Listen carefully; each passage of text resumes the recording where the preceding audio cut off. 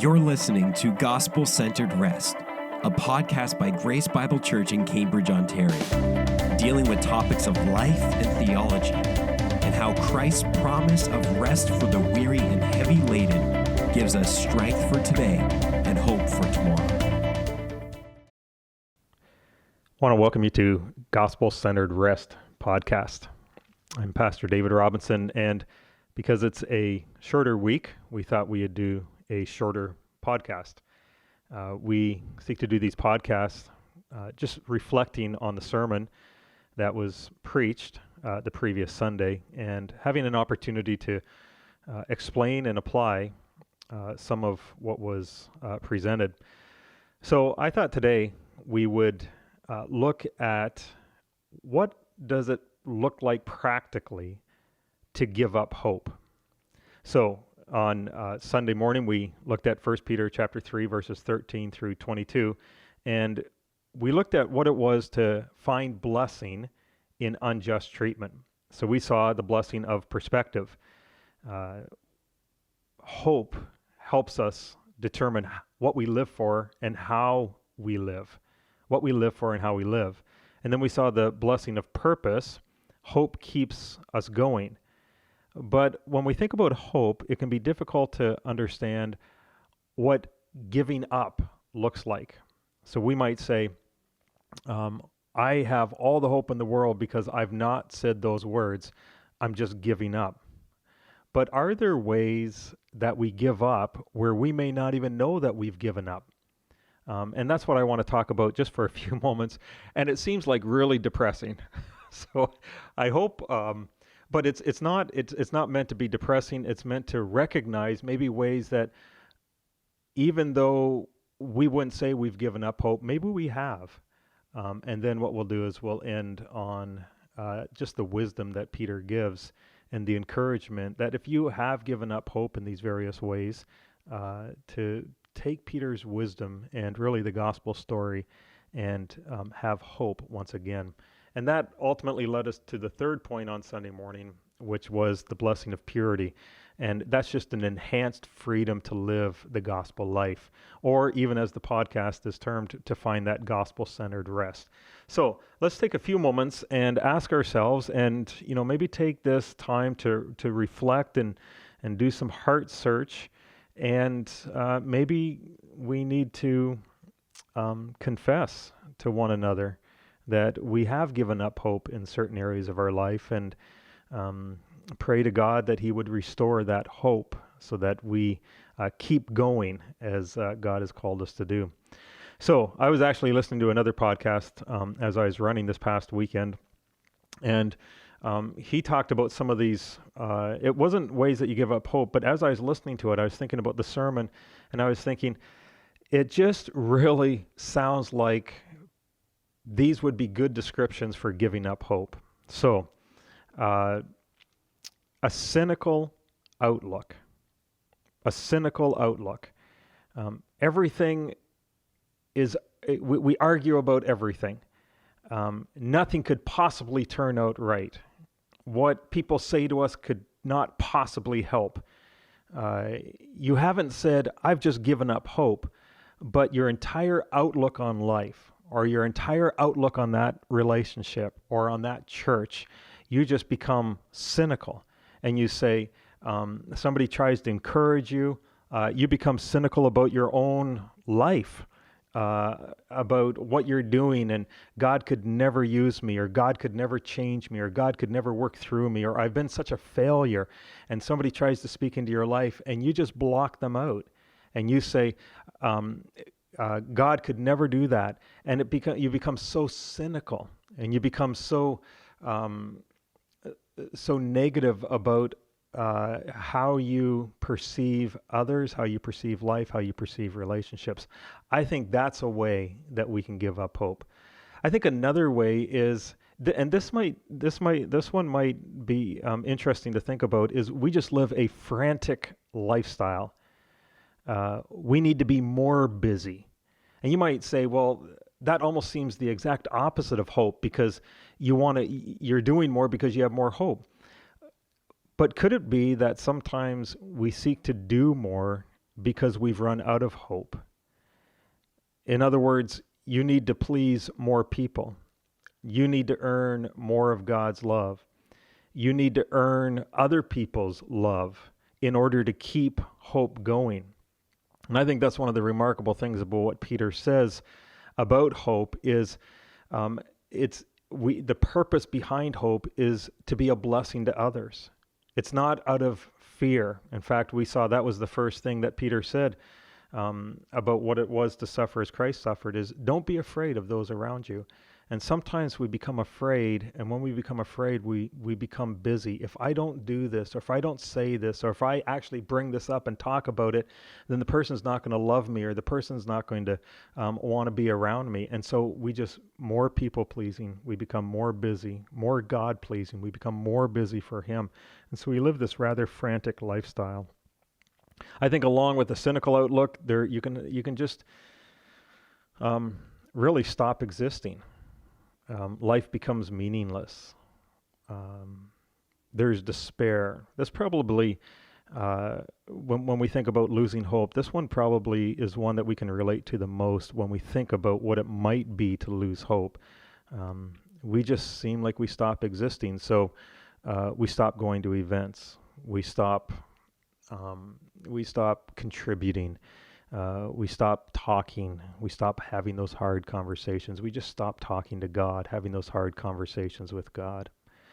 I think another way that we can give up hope, just a few more, another way is to stand above and laugh at other people. When this other person mentioned this, I thought, man, that is really interesting when you think about hope, because it's prideful. And later on in 1 Peter chapter 5, he's going to talk about pride. And sometimes just being envious of others, but it comes out in a way where we stand above others and we mock and we ridicule those around us. No one can meet your standard. And that's a way that we can give up hope, because it's almost like we leave God out of the picture, or we leave others out of the picture because they can't do it as well as we can, or nobody agrees with us as much as we agree with ourselves. So if they don't, it's like we push people away. And hope, actually, as we see in 1 Peter, journeys with others. As we saw the Sunday before, we saw that it was more sympathetic or compassionate, moving towards and with one another. And when we stand above and laugh at other people, that's a way that we can give up hope. And I think closely linked to that is just we become very accusatory. We just become very argumentative. Nobody's opinion is right. We can't learn from anybody. But what hope does is hope keeps those conversations going.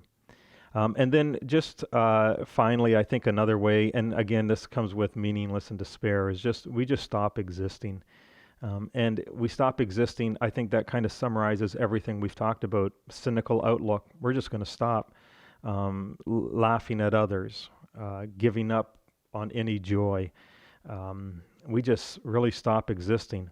And we don't want to let people down because we're frantic, we're busy, all of these things. So how do you know that you've lost hope? Maybe it's not saying, I quit.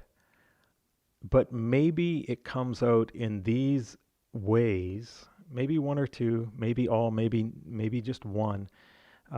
And what we've actually done is we've given up hope.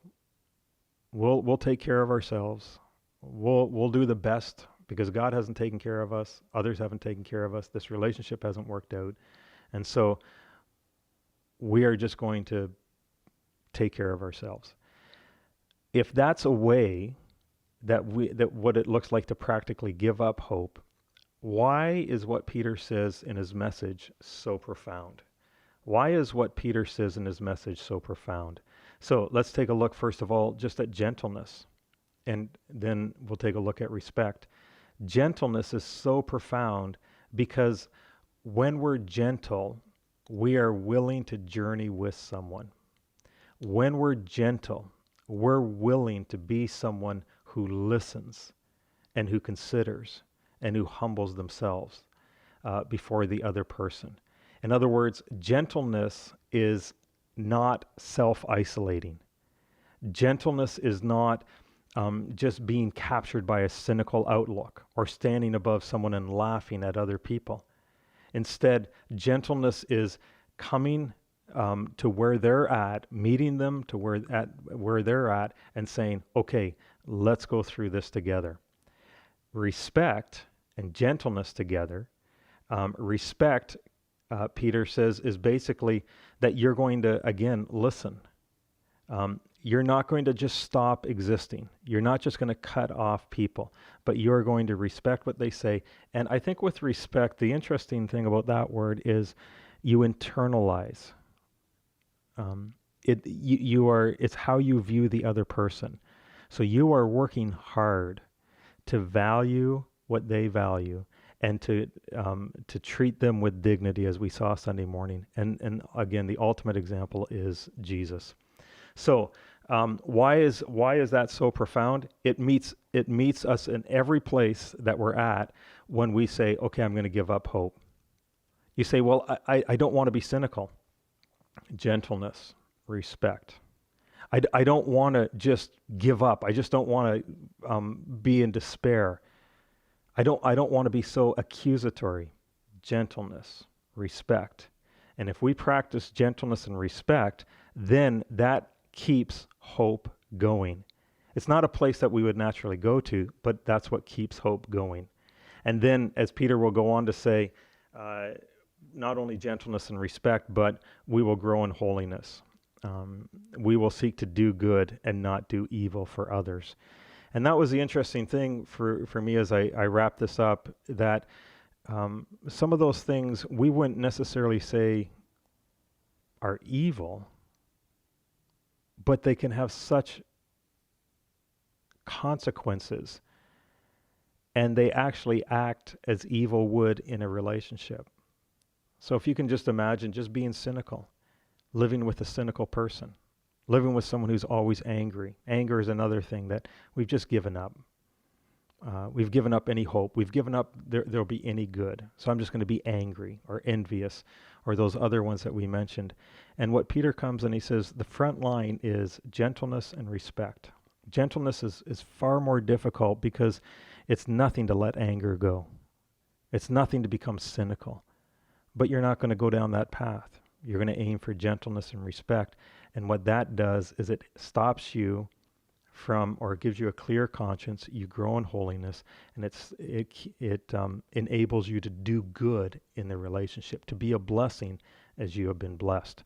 So when you consider your relationship, or when you consider your heart, and you say, okay, based on 1 Peter chapter 3, have I given up hope? Some people will say, I haven't given up hope because I haven't said the words I quit. But there are a variety of ways that we can give up hope. And the answer to not giving up hope in all of those situations, Peter's so profound. Are you gentle? Gentle is a quiet strength. Are you respectful? The dignity of the other person. And then are you growing in holiness as you seek to do good and not evil to other people? And so God's grace, just the encouragement, is that we will be an even greater blessing and do greater good so that we notice and listen to those who are suffering. Thank you for joining us. I hope you have a great week. We are thankful for the Canada holiday weekend. We continue to pray for our country, continue to pray for everything that we're going through. But I trust that you're encouraged and that the Lord will bless this week. Thank you for joining.